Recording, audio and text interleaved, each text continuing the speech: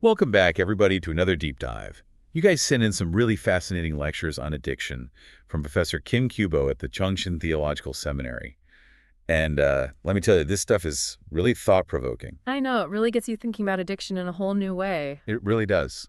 Like right away, Professor Kim challenges this whole idea that addiction is just about willpower. Right. He dives straight into this clinical definition of addiction by Gerald May.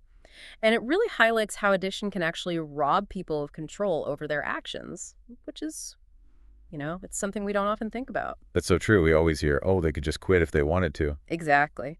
But it's obviously much more complicated than that. It makes you wonder what is actually happening in the brain that causes this loss of control. Well, Professor Kim uses this Korean word, pu, which means craving. And he describes it as this intense, almost overwhelming desire for whatever the person is addicted to.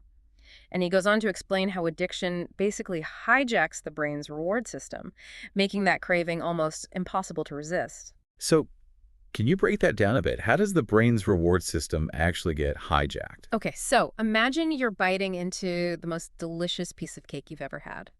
Remember that feeling of pure bliss? Oh, yeah. Well, that's your brain releasing dopamine. It's a neurotransmitter that's associated with pleasure and reward.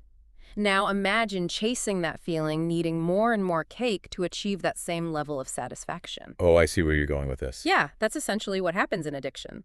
The brain becomes accustomed to that dopamine rush and needs increasingly higher doses of the substance or behavior to reach that same level of reward. So it's like your brain's pleasure meter gets completely recalibrated. Exactly. And then things get even more complicated. Oh, boy. Because as the brain adapts, needing more and more to achieve the same effect, the body develops a tolerance. But then when the substance or behavior is absent, you experience withdrawal.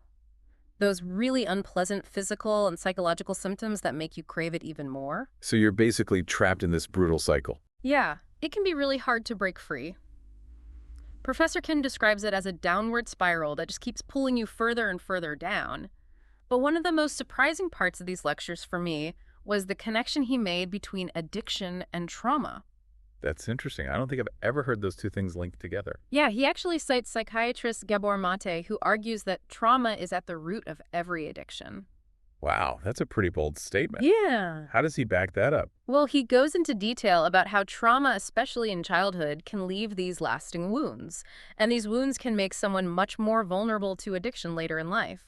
So you mean if someone's experienced a lot of trauma, their brain might be constantly on high alert, trying to find ways to cope with that emotional pain. Right, and in a way, addiction becomes a way to self-medicate to kind of numb those difficult feelings. So it offers temporary relief, but ultimately just makes the problem worse. Exactly. It's a maladaptive coping mechanism.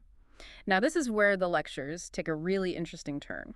Okay, I'm intrigued. Professor Kim brings in his perspective as a theologian and presents addiction as a spiritual issue. Oh, wow. I'm curious to hear more about that. Yeah, he even uses this phrase, "I cute," which means idols of the heart. Idols of the heart. What does that mean exactly?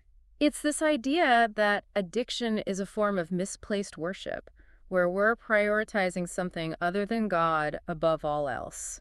We become so fixated on this thing, this substance, this behavior, as if it holds the key to our happiness. So it's like we're searching for something to fill this void, but we're looking in all the wrong places. Exactly. And Professor Kim argues that this void can only truly be filled by a relationship with God. It's deep. He doesn't shy away from the tough questions either. He talks about how our culture actually contributes to addiction, calling our modern society a dong hasto, an addiction-promoting culture. Addiction-promoting culture. What does he mean by that? Well, he points to the ways in which media, advertising, even our economic systems, they all kind of glamorize and normalize addictive behaviors. I can see that. Yeah. Like, think about how alcohol is portrayed in movies and TV shows. Right. It's always associated with celebration and success. Or how easy it is to access pornography online, even though it can be really addictive. Exactly. So it's like we're constantly bombarded with these messages that tell us it's okay to indulge, to seek comfort in these things that could actually be really harmful. And those messages can be especially damaging to people who are already vulnerable to addiction. Absolutely. Whether it's because of trauma or mental health issues or social isolation, Professor Kim really emphasizes the need for a more holistic approach when it comes to addressing addiction. So it's not just about treating the symptoms, but understanding the underlying causes. Exactly. And taking into account all these complex social and cultural influences. It sounds like he's calling for a major shift in perspective He is. He's challenging us to move beyond these simplistic solutions and judgmental attitudes. and to start approaching it in with more compassion and understanding. Right. And a willingness to address the deeper issues at play, which is what we'll dive into next. Okay, so we've covered the brain, we've talked about trauma, even touched on some pretty deep philosophical ideas. We have. Where do we go from here? What does Professor Kim suggest for actually overcoming addiction? Well, that's what we'll explore next. He offers some really practical strategies for breaking free from addiction, but he also stresses the importance of finding a deeper sense of purpose in life. Something that goes beyond the immediate gratification of the addiction. Exactly. Something that can truly fill that void. That makes a lot of sense. It's not just about stopping a bad habit, but finding something meaningful to replace it. You got it. And that's what makes these lectures so powerful. They offer this real message of hope, even in the face of such a challenging issue. Okay, so we've talked a lot about how complex addiction really is, and how it's not just a matter of willpower. Definitely. It's way more than just a bad habit. Professor Kim actually uses this term, yandom, which means addiction dynamics, to describe how this whole process works. It's really interesting how he breaks it down. He starts by talking about this intense yearning, or pia, that really drives people towards their addiction. Right, and that craving is like totally fueled by the brain's reward system going completely haywire, like we were talking about before. Exactly. Remember those dopamine receptors? They get totally overloaded and you end up needing more and more just to feel somewhat normal. Oh yeah, it's like your baseline for pleasure gets totally messed up. Right. And here's the thing. That initial thrill, it fades over time as tolerance develops, which means you need even higher doses to get the same effect. So it's like chasing a high that you can never quite reach again. Exactly. And then when you try to stop, bam, the withdrawal symptoms hit. And those can be really intense. Oh yeah, they can be brutal. So you're stuck in this vicious cycle of needing more and more to feel okay, but feeling terrible when you don't have it. It's like a trap. It is a trap. And that's why Professor Kim makes such a big deal about willpower not being the main factor here. The brain's reward pathways have actually physically changed, so it makes resisting those cravings incredibly difficult. It really makes you think twice about those just say no campaigns. Doesn't it? It's so much more complicated than that. So it's not just about the brain, it's this whole web of stuff. Right. Exactly. Professor Kim says it's this combination of biological, psychological, and social factors. He calls it the multidimensional order of addiction. And he explores it through this framework he calls Christian pathology. Okay, Christian pathology.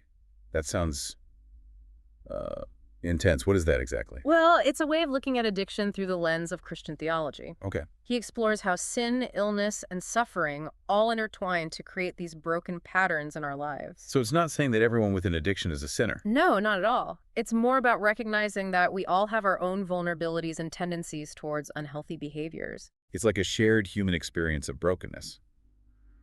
But it can show up in different ways. And addiction is one of those ways. Right.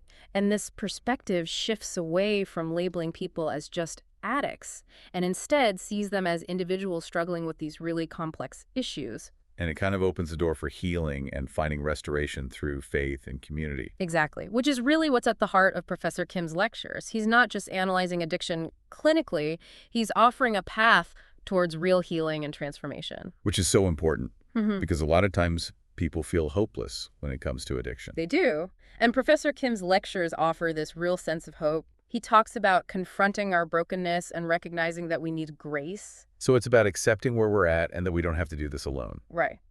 And he emphasizes the importance of confession. Not in a guilt-trippy way, though. Right. No, not at all. It's about acknowledging our struggles and seeking forgiveness and reconciliation. So it's more about being honest with ourselves and with God.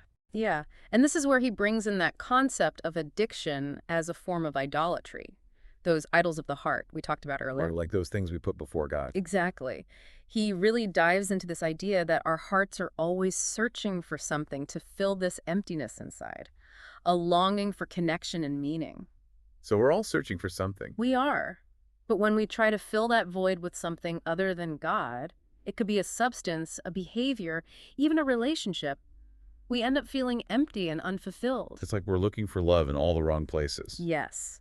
And Professor Kim is saying that only God can truly satisfy those deepest desires of the heart. So how do we even begin to shift our focus? Well, he challenges us to examine those things we've turned into idols and to make a conscious choice to put God at the center of our lives. So it's about intentionally replacing those unhealthy attachments with something much deeper and more meaningful. That's it. It's about connecting with something greater than ourselves. But he also acknowledges that it's not just an individual struggle, right? Like our culture kind of feeds into addiction too. Absolutely. He doesn't shy away from pointing out how our modern society often promotes and even glorifies these addictive behaviors. It's like addiction is almost woven into the fabric of our culture. In a way, it is.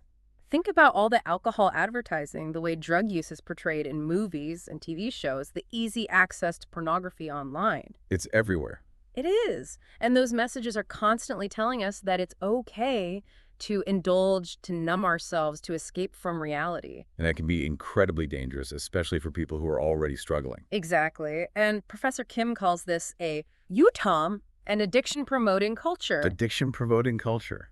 So what can we do about it? Well, that's where things get even more challenging, because it's not just about individual choices anymore. It's about changing the whole system. Right. He encourages us to really look at issues like drug legalization and how the media influences our views on addiction. It's a big conversation to have. It is. He wants us to be honest about how we can create a society that supports healing and recovery instead of fueling addiction. So it's not just about fixing individuals. It's about changing the environment that makes addiction so prevalent in the first place. Exactly. It's about recognizing that addiction isn't just a personal problem. It's a social issue that demands a collective response. Okay, so we've really dug deep into how complex addiction is.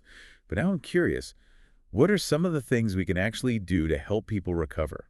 Professor Kim talks about some pretty practical strategies. Yeah, he really does. And he doesn't just offer these Band-Aid solutions. He gets to the root of the problem, like addressing the trauma that so often fuels addictive behaviors. Right, because it's like, you can try to fix a leaky faucet, but if you don't turn off the water, it's just going to keep leaking. Exactly. And Professor Kim stresses the importance of trauma-informed care, recognizing that addiction is often a way of coping with past hurts, trying to numb the pain. So it's not about just telling someone to make better choices. It's about helping them heal from those deep wounds. Right. And he actually points to Gabor Maté's work, who argues that trauma is incredibly common among people struggling with addiction. And Maté suggests that addiction is basically a way of regulating difficult emotions, trying to create some sense of safety and control in a world that feels chaotic and scary. So it's like self-medicating with something that brings temporary relief, but ultimately just digs you deeper into the hole. Exactly. And that's why Professor Kim emphasizes this holistic approach to treatment, one that doesn't just focus on the behaviors, but also on the underlying trauma that might be driving those behaviors. So like therapies that help people process those traumatic memories. Yeah, things like EMDR or somatic experiencing, which can help people develop healthier ways of coping.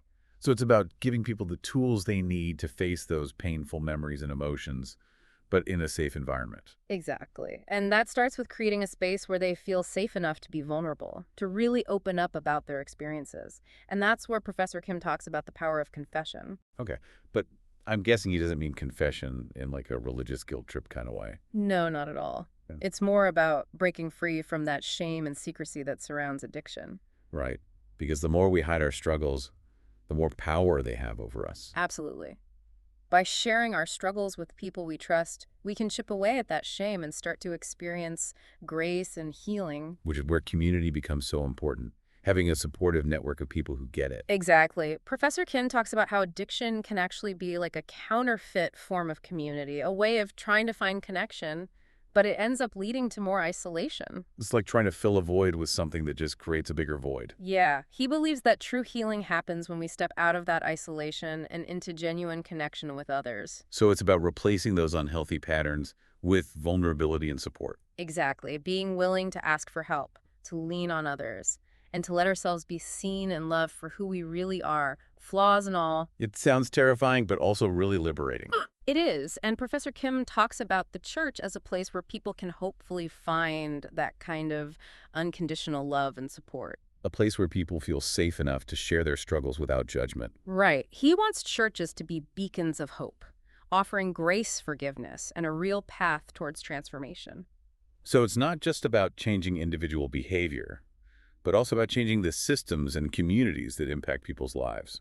Exactly. Professor Kim reminds us that addiction isn't just a personal problem, it's a societal issue that needs a collective response.